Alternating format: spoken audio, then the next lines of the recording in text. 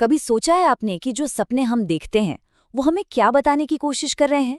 नींद में दिखने वाली ये फिल्में ना सिर्फ बेतरतीब तस्वीरें नहीं होती, बल्कि ये हमारे सबकॉन्शियस माइंड यानी अवचेतन मन के गहरे संदेश भी हो सकते हैं।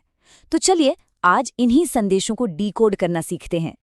हम सबने कभी न कभी ऐसे अजीब, डरावने या फिर बहुत ही शानदार सपने देखे हैं जो हमें सोचने पर मजबूर कर देते हैं।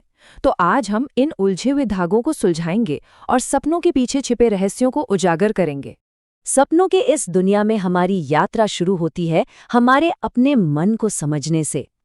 देखिए, हमारे मन के दो हिस्से हैं और सपने असल में उस हिस्से की भाषा है जो कभी सोता ही नहीं, हमारा अवचेतन मन।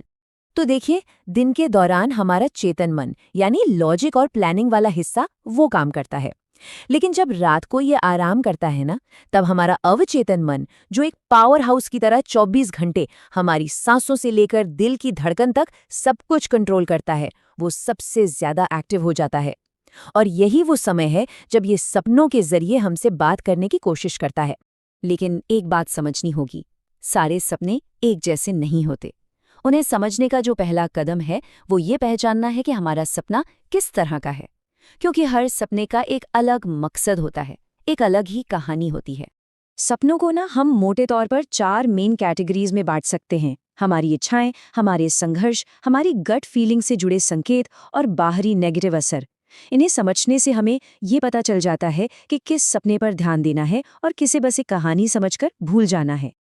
पहली किस्म तो सबसे आम है, हमारी दबी हुई इच्छाएं। जरा सोचिए, आप दिन भर एक नई नौकरी के बारे में सोचते रहे और रात को सपना आ गया कि आप उसी ऑफिस में काम कर रहे हैं। ये आपके अवचेतन मन का आपकी उस गहरी इच्छा को जाहिर करने का एक सीधा सा तरीका है। दूसरी तरह के सपने होते हैं हमारे जीवन के संघर्षों को दिखाने वाले। अब ये कोई भविष्यवाणी नहीं है, बल्कि ये हमारी मौजूदा चुनौतियों और चिंताओं का एक आईना है। अगर आप सपने में खुद को किसी पहाड़ पर चढ़ते हुए या किसी तूफान में फंसा हुआ देखते हैं, तो हो सकता है कि ये आपके करियर या रिश्तों की मुश्किलों का एक सिंबल हो। तीसरी कैटेगरी है सच्चे सपनों की, जो हमारी इंट्यूशन या गट फीलिंग से जुड़े होते हैं। ये हमें आने वाले समय के बारे में कोई हिंट दे सकते हैं या हमारे आसपास के लोगों के असली इरादों के बारे में कोई जरूरी जानकारी दे सकते हैं। ये ऐसा है जैसे आपका अवचेतन मन आपको किसी चीज के लिए पहले से ही आगाह कर रहा हो। और आखिरी कैटेगरी है उन सपनों की जो बाहरी नेगेटिव असर से पैदा होते हैं। ये तनाव, चिंता या कभी-कभी दूसरों की बुरी एनर्जी का नतीजा भी हो सकते हैं, जो हमें बेचैन और परेशान करके जगा देते हैं। तो सपनों के प्रकार जानना तो जरूरी है, लेकिन यहाँ एक बहुत बड़ी चेतावनी भी है। अपने सपनों का मतलब खुद से निकालना आपको गुमराह कर सकता है। ये एक स्पेशलिस्ट का काम है, जहाँ हर प्रतीक का, हर सिंबल का एक गहरा मतलब होता है। सपनों की भाषा अक्सर उल्टी होती है, सिंबॉलिक होती है। जैसे सपने में रोने का मतलब असल में बहुत बड़ी खुशी मिलना हो सकता है, और किसी की मृत्यु देखने का मतलब किसी पुरानी आदत का खत्म होना और एक नई जिंदगी की शुरुआत भी हो सकता है। इसीलिए एक्सपर्ट की सलाह लेना इतना जरूरी है। एक बात हमेशा याद रखनी चाहिए, कोई भी सपना सीधे तौर पे नुकसान नहीं पहुंचा सकता। असली शक्ति हमारे विश्वास में है। अगर हम किसी सपने की गलत व्याख्या पर यकीन कर लेते हैं, तो हमारा वो यकीन ही हमारे लिए मुश्किलें पैदा कर सकता है। पावर सपने में नहीं, हमारी सोच में है। तो सवाल ये है कि बुरे सपनों का क्या करें? उनसे डरने के बजाय क्या हो अगर हम उन्हें कंट्रोल करना सीख जाएं? चलिए एक ऐसे प्रैक्टिकल सॉल्यूशन को देखते हैं जो हमें अपने सपनों का मालिक बना सकता है। बुरे सपनों से निपटने के लिए एक बहुत ही पावरफुल 3 स्टेप वाली तकनीक है। पहला, सपने के असर को तुरंत रद्द करें। दूसरा, नेगेटिव एनर्जी को साफ करें। और तीसरा, जो सबसे अहम है, सपने का सामना करें। पहले 2 कदम तो तुरंत करने के लिए हैं, जैसे फर्स्ट एड। जागते ही एक पारंपरिक प्रथा है, अपने बाईं ओर 3 बार हल्का सा थूकने से सपने का असर तुरंत खत्म हो जाता है।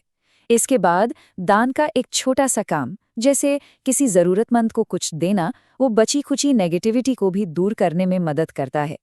लेकिन असली गेम चेंजर है तीसरा और आखिरी कदम। यहाँ सिर्फ बचाव नहीं करना है, बल्कि कंट्रोल अपने हाथ में लेना है। इसे कहते हैं एक्टिव ड्रीम मैनेजमेंट।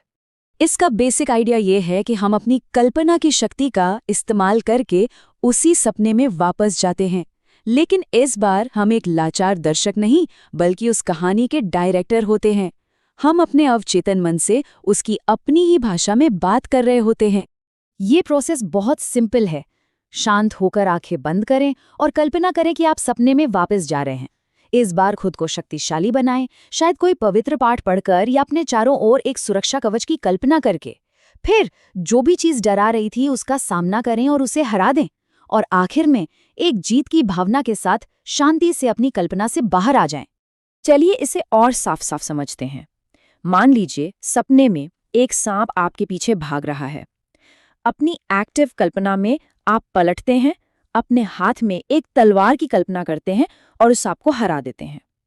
मतलब आप डर की स्क्रिप्ट को जीत की स्क्रिप्ट में बदल देते हैं। और ये तरीका इसलिए इतना असरदार है क्योंकि आप सीधे अपने मन के उस हिस्से से बात कर रही हैं जो सपने बनाता है। आप समस्या को उसकी जड़ से ही हल कर रही हैं। अक्सर कुछ ही बार ऐसा करने से वो बुरे सपने वापस आना ही बंद हो जाते हैं। ये पूरी प्रक्रिया आपको सपनों का शिकार होने से बचाकर आपकी अपनी आंतरिक दुनिया का आर्किटेक्ट बनाती है। अब सिर्फ फिल्म देखने वाले दर्शक नहीं रहना है, बल्कि उसके डायरेक्टर बनना है। सपनों को समझना एक तरह से खुद को समझने की एक यात्रा है। तो अगली बार जब कोई सपना देखें तो उसे नजरअंदाज करने के बजाय एक पल रुकें और पूछें, मेरा अवचेतन मन मुझे क्या बताने की कोशिश कर रहा है? यकीन मानिए, जवाब आपको हैरान कर सकता है।